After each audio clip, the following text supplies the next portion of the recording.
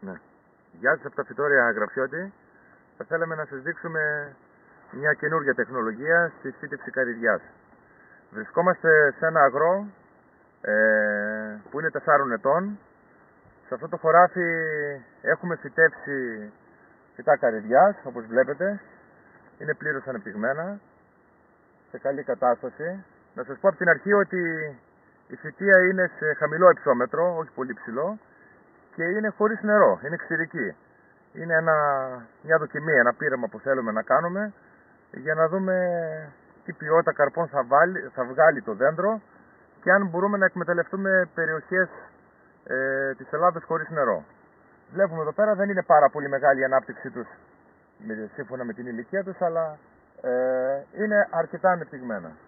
Στο χωράφι αυτό είναι φυτεμένα τα καρύδια στα 10 μέτρα, καρυδιά με καρυδιά και στις σειρές, και ανάμεσα στα 5 μέτρα έχουμε βάλει φυτά φουντουκιάς. Είναι και αυτά 4 ετών. Φέτος πήραμε τα πρώτα δείγματα καρπού και όπως θα δείτε από κοντά έχουν και τα λουλουδάκια έτοιμα. Είναι τέλος Οκτωβρίου. Ήδη τα αρσενικά μέρη του φυτού έχουν βγει, οι ούλοι, και σε λίγο θα αρχίσουν να ανθίζουν και τα θηλυκά είναι έτοιμα.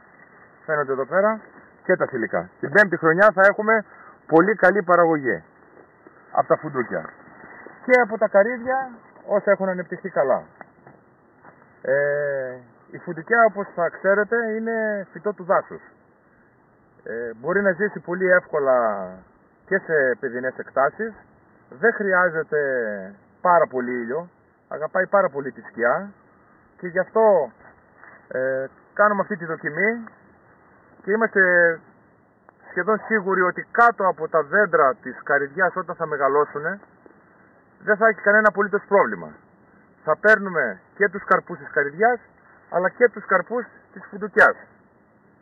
Δεν είναι ποικιλία πολύ ψηλή, πολύ μεγάλη. Είναι μικρόσωμη ποικιλία φουντουκιάς. Έχουμε επιλέξει μια μικρόσωμη ποικιλία για το σκοπό αυτό.